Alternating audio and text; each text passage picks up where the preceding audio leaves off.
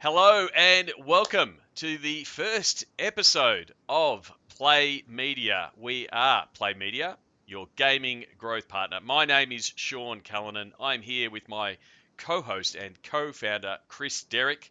Chris, welcome to the show. G'day, Sean. It's great to start this podcast off with you. It is. So what we want to do every week is help explain the world of video games and gaming to marketers who are looking to enter in the space. We're going to do that with a couple of segments. It's going to evolve over time, but let's get started with our segment off the top. What caught my eye, Chris? Tell us why Little Nas wants to perform a concert inside a video game. Yeah, not just one concert, Sean, but over the weekend he performed 4 concerts across the 2 days. Total viewing of 33 million people tuning in. So, what these games do, Minecraft, Fortnite, Roblox as well. They've got such big audiences globally, and they're able to aggregate them all in one spot that allows musicians and their labels to really reach that large audience in a way that they haven't been able to, particularly with no live events during COVID, and put on a really different, unique, highly produced visual performance that introduces their music to a new audience at scale. And the thing is, we were just looking at the Little Nas vision there. You come from a music background. How is that? It's really just that they're the new age stadiums, effectively, for the world of music. Previously, 20 years ago, you were booking out, big stadiums and big events, and now there's these digital stadiums that music platforms like Roblox are providing.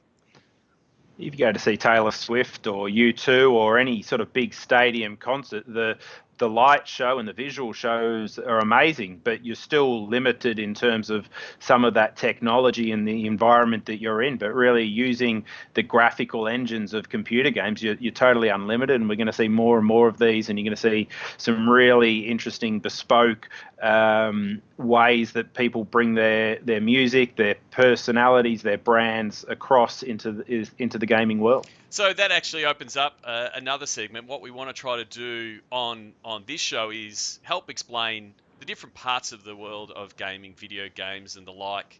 And so we've discussed Roblox. So this fits perfectly, a perfect segue for the explain the game. So Roblox, can you explain and give us a bit of an overview of what Roblox is for marketers potentially interested? Yeah, I think if you look at the footage there, it looks a little bit like Minecraft. It's probably most commonly compared to Minecraft. Definitely has some similarities. One of the things that's different is it's technically not just a game, it's a platform. Millions of users creating their own games and their own content that others can come on and play. They can purchase that content, they can change their avatars, they can play different worlds, mini games, all things like this. It's generally got a very gender neutral type of audience, skews slightly younger. My 8-year-old likes to play it on his iPad. Yep. You can play it on your console, on your PC. Skews up into the older brackets as well. But sort of a really user-generated focused platform that reaches a really large-scale audience. And so, from a marketer point of view, like you said there, it's more a platform than a game. So, like we discussed with Little Nas having a concert there, it now becomes a new activation space where previously you might have activated at a festival or an event of somewhat. Again, this is a platform space that brands can say, well, we want to activate in this space, whether it is building out our own games on the platform. Is that how I guess that part of the advice that you're giving brands around a platform and a game like Roblox? Yeah, look, I mean, we all know 2020 has been a tough year for the events industry, and whether that's consumer events like PAX, where people would come to test and try out video games, or some of the bigger esports events like Melbourne Esports Open, they've been impacted the same way that concerts and sporting events, all those other events have been impacted. one of the things that's been really resilient about gaming is that you've been able to have these events happen in these virtual spaces. So it's like you say, it's a really great opportunity for brands to build a connection with their audiences in these spaces. So what we want to do each and every week when we do one of these shows is tackle a big question and sort of dive in on some of the questions that we're helping brands understand, but also dive in and a little bit of a depth on that. And so for this segment, for this week's show, our big question is really the genesis of why Play Media started. Why should brands get involved in gaming? So I guess for you, first of all, how do you start answering that question? Look, I think there's a piece about the size and the scale of gaming. It's absolutely massive, but really from a brand and a marketing point of view, gaming is where culture is set. It's where sports stars like Ben Simmons you see on screen there, or the musicians like Little Nas. It's where fashion labels are getting involved, and we're going to talk about it in a minute. There's lots and lots of brands trying to activate in this space. Joe Barnes is the head of sports digital marketing at Bud Light, and that's kind of really his key phrase for me is gaming is where culture is being set. So that's my number one reason. And as you said there, what do you think, Sean? Oh, I mean, as you said there, you've got the Ben Simmons FaZe Clan collaboration on a magazine like Slam, which is this mashup of sport and music and gaming, and it's sort of where everything is overlapping. The middle one there is one that is where esports and gaming is actually leading the way.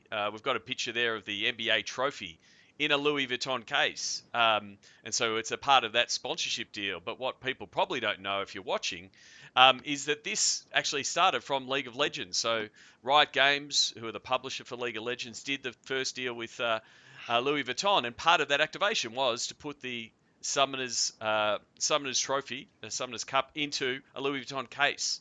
And so the NBA followed suit going, well, that's a really great activation. And so this is where the example of, in some cases, gaming and video games overall are leading the way. Yeah, and the top personalities in gamers are celebrities these days. People might know the name Ninja. I think he featured in 4 Super Bowl ads last year. But Australia is creating and growing its own talent as well. Elliot Watkins there, commonly known as Muselk's got a massive following on YouTube. It's obviously financially rewarding for him. He can buy himself a nice house, but to get a write-up in Domain, which is normally the place where you'd see soap stars or politicians or sports stars written about. There is mainstream cultural relevance now for gaming as well. Yeah, and exactly. I mean, it just reinforces that point. 10, 15 years ago, fans were following, sports stars, film stars, and the like, and now they are growing up following people like Elliot or Milsuk, as people would be saying. I keep stuffing up his name, but that's exactly what I'm going to keep doing. That's a pretty good go. Yeah. And so then, if people are starting to identify that, and that's what we're seeing, you want to talk about some of the brands that have already got in early and made some early lessons. We've got a graphic there, which is the put as many logos on a slide graphic that we use, but it does show a variety of different, I guess, segments and brands that are starting to get into the world of gaming. Yeah, that's right. I mean, I think you've got your classic brands, your endemic ones from a gaming point of view. The guys that are making the PCs, the headsets, the mice, the keyboards, etc. And they're really prolific in this space. But your FMCG brands, your QSRs, McDonald's, Hungry Jack's, Domino's, Snitz Chicken have been involved here. The beverage space, whether that's Red Bulls, Dare Iced Coffees, Coca-Cola, and one of the things sort of at a global scale we've seen, we're yet to see it here really in Australia, is the auto companies. Yep. Mercedes has been active in this space. A lot of the other brands, Nissan, Kia, Toyota. I think it's only a matter of time before they're here. Yeah, and I think it's really interesting. Like, you're obviously having the early adopters being the PC and the hardware, like you said, and then the traditional gamer brands, which might be the Red Bulls and the like, that sort of fit the automatic persona that we have, and we'll talk a little bit about the different types of personas. But it's the long tail piece when you're seeing a brand like Louis Vuitton, Mercedes, and those bigger brands that you're like, hang on, that they don't fit that automatic gaming persona, and they're really having that long view of the segment. That's a bit that I guess interests me. That's part of the reason why we started Play Media. Where's your take of that longer tail piece that brands have to take when entering this space? Yeah, like there's probably 2 points to that. I mean, I think first off, the audience is an attractive audience, and we're going to break that down in a little bit. But they're also hard to reach through some of the traditional forms of media. Yep. You know, they don't watch a lot of broadcast TV. They're certainly not buying print. You know, they're running ad blockers online. So having a really consistent strategy, I think, the second point is that you've got to have an ongoing presence in this space. The buzzword that everybody likes to use is obviously authenticity, but you have to engage, I think, across multiple different platforms, and do that over time to really build up that resonance. And one of the kind of common things that people say about the gaming audience is that they're really keen for brands to get involved and show value, and that's true. And that might be buying media like pre-roll on Twitch. It could be doing sponsorships of esports tournaments or leagues, working with influencers across the streaming platforms. Back when we can get back to events, being active and present at events as well. All of those things, together, what's right for one brand isn't right for another. You don't have to do all of those things, but I think utilizing multiple channels in a consistent way over time in this space really does build up that relevance and that engagement with the audience. And I think it's really important to have that multifaceted approach, because if you just go, oh, we've done a gamer-styled video TVC and we're going to put it on all the channels. Yes, it might get some good buzz. It might get some good Twitter mentions and some traction. But it's that extra steps of doing some engaging with some streamers or doing some stuff with some teams, activating at the events that helps the gamers realize that the brand is invested in the scene. And so, I think it's super important, and we have to hit our quota of saying authenticity at least 3 times every time we do a show. Yeah, and I think for me, the brand comes in, it might do something once, might run one sort of campaign and then exits the space. How can you measure that and see that you're getting an ROI on it, particularly when you're doing a sort of a brand awareness type campaign? One of the things that Play Media really focused on is that attribution, is that return on investment, and the ways that we see the brands are getting the best return is that consistent multi-channel approach. Yeah, and the thing is that, and again, part of our focus is helping brands get that data, because it's still a new and developing space. And so the ad technology that has developed over the last 10, 15 years is still moving into the world of gaming and streaming. So it's a little bit like the audit that's currently happening around influencers in the social media space, more data and more attribution around what they're doing. That's still happening in the space. So it's exciting as more of that information comes about and more of that data comes about. So brands will be able to understand, we should be working with that streamer or that team or that broadcast or that event to better connect with gamers. Yeah, and Sean, I think getting some of the data out of some of the key platforms is not as easy as it is in traditional types of media as well. So that's certainly an area where we can help. Definitely. I mean, we've long held a view around digital platforms is trying to figure out what is a view across all the different platforms. Obviously, gaming offers up a new platform, which is Twitch. For those who don't know, obviously owned by Amazon. Who've got a little e-commerce business in the back end there, so they've got some things that we've got to tackle. One of the things we do want to tackle on this show is busting some myths. So a lot of times there's a lot of education pieces that we want to do to help people understand the world of gaming, and sometimes it is uneducating people and busting myths on certain things. So this segment, what we're going to do is we're going to put up a myth, and we're just going to smash it to smithereens. So for this week's myth, we're going to bust is only teenage boys play video games.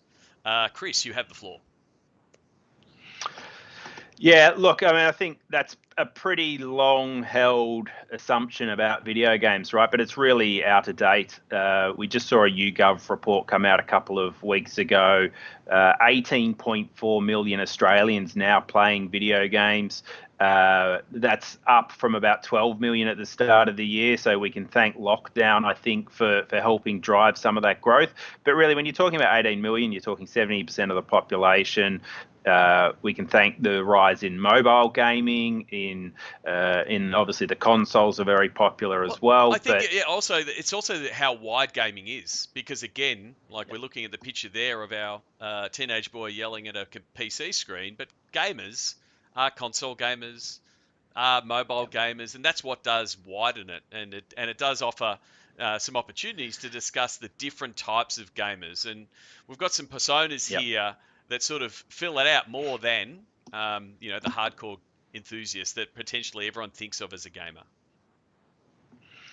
Yeah, I mean, your hardcore gamer, your online gamer, your hardware enthusiast. Some of those do speak to some of that stereotype, and that persona absolutely does exist, and it is one of the core ones for some of those brands, like the beverage brands, the QSRs wanting to get involved. But as you say, gaming is so broad. The average or age is someone in their 30s, and it's just as likely to be a female as it is a male. The time filler is a really key one.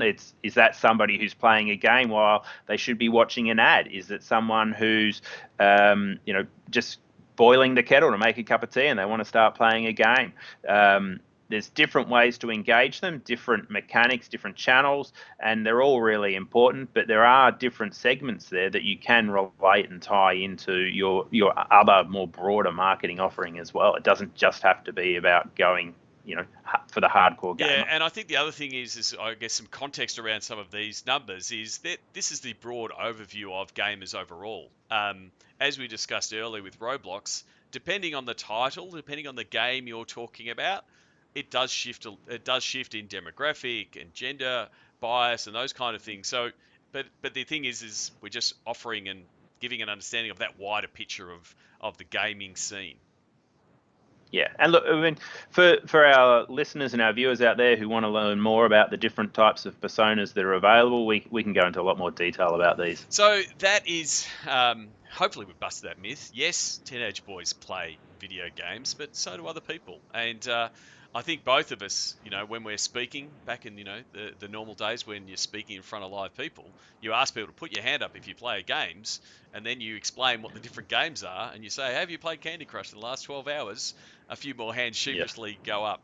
The last thing we want to do is we have a weekly email where we do share both this show and a few articles that we read, and it's really the advice that we give. If you want to start understanding the world of gaming, it's start reading some of the trade press, start understanding what the publishers are doing, how brands are getting involved, because there's a lot of things happening both here in Asia Pacific region, but also in the US and Europe on what brands are doing in the space. And what we're going to do in Play Media Insights is share a couple of those.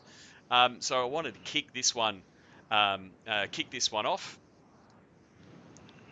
So Sean, Pokimane is one of the most popular streamers in the world. She's certainly the most popular female streamer on Twitch. Why don't you tell us a little bit about this story and why it's important? Yeah, so Pokimane, as you just said, a really big streamer. She made the decision to cap her donations at $5. And so for those of you who don't know, from a Twitch ecosystem point of view, you can follow a streamer and subscribe to them, and on a monthly basis you're paying them $5 or whatever you want to pay them, and it's effectively like a subscription, like Netflix and the like. And so that's how a streamer gets its revenue. And then on top of that, if you feel nice and you feel good and you just want to donate to them to say thank you, effectively like tipping your barista at a coffee shop, you can do that. And so people sometimes would really love what Pokimane's doing and tip her $100. And so she pretty much went to the point of, I actually don't need the money. I'm doing well enough with my streaming revenue and my brand partnerships. Um, I want to support other streamers and effectively say, hey guys, I'm going to cap my donations and push it the other way. And so it was one coming from a place of good where she wanted to support other streamers and move that money around to the up and coming streamers. But it was quite funny that I guess the feedback, because the other part of it was streamers sort of pushing back, going, "Oh, hang on, I don't want to cap my donations. My donations are really important to me." So it created a little bit of a furor, but it just gives, I guess, from our point of view, it just shows, I guess, the how invested the viewers on Twitch are. Like the fact that they are Yep. paying, $5 to $25 or more a month for one creator, which is counter Yep. to every other I guess segment, as all these new streaming services pop up and people go, who's going to pay $15 for a new streaming service? Well, we've got Yep. there's gaming fans and streaming fans that are spending upwards of $30-$40 to support their streamers. So it was just an interesting, I guess from my point of view, interesting to get into the streamer ecosystem. I mean, what's your thoughts sort of looking at the streaming ecosystem and the fans and how they react to news like this? Yeah, look, I mean, I think the first thing is, we talk to marketers a lot about Twitch from an insights point of view. We feel people are quite familiar with YouTube, with Facebook, how to use it as a marketing tool. Twitch is a little bit different, and it's some of the ad units are the same as what you can buy on those other platforms, but as you say, the ecosystem of how it operates is quite unique. It's really important to understand it because the number of hours watched on live streaming video games in Australia on Twitch is a lot higher than the other channels, and the number of streamers that are streaming on Twitch is a lot higher as well. So really understanding the ecosystem, understanding the different streamers, the games they stream, and their different audiences is really important. So this is a good example of someone who's got enormous scale, who's at the sort of cutting edge of some of these things, and as with everything, that'll have follow-on effects for everyone else as well. So it's an important one. And I also think it shows, I mean, it is the two-way nature of Twitch. Like it's not a broadcast. Like Pokemon is not going on there and I am performing and you are watching. She is actually having a conversation. So it is very much the lean in content as opposed to, lean back, I'm going to click and watch something on the big screen. Like it's that backwards and forwards. So it's something to keep in mind when you're looking at Twitch numbers and viewer numbers. It's like, well, if you've got 1,000 people watching at once, they are watching and they're engaged, in the product. And so it's, it's very, that's where it's hard to compare, TV viewership and Twitch viewership because TV viewership aren't that engaged. Yeah. Yep. That's right. That's right. And the last one, which is probably, no, not probably, but is massive news at the minute, is the next gen consoles. Chris, you've been watching the new consoles coming out. What are some of your takes from that? Yeah, look, I think, we're up to PlayStation 5. I think it's the fifth one in 22 years or something. The new Xbox X and Xbox S as well. They both appear to be successful launches at the moment. They had pre-sales in September that sold out within minutes. They had second wave pre-sales that people will due to get in December that are sold out as well. So, good luck if you want to get one of these for your kids for Christmas and you haven't secured one yet. It's going to be tough. But the way that they do that, the scarcity that they put there at launch is a great marketing tactic. The FOMO is massive. People are paying a lot of money for them on eBay and Marketplace and what have you. But I think there's also some really great collaborations already starting to happen. We've seen Vodafone selling the PS5 on contract, Telstra selling the Xbox. Really interesting different ways to sell it and great ways for those brands to get involved in gaming. There's more classic, simple promotional ideas like the one we've got on screen there. Hungry Jack's giving away 50 PS5s. this is a channel that is got great hype now.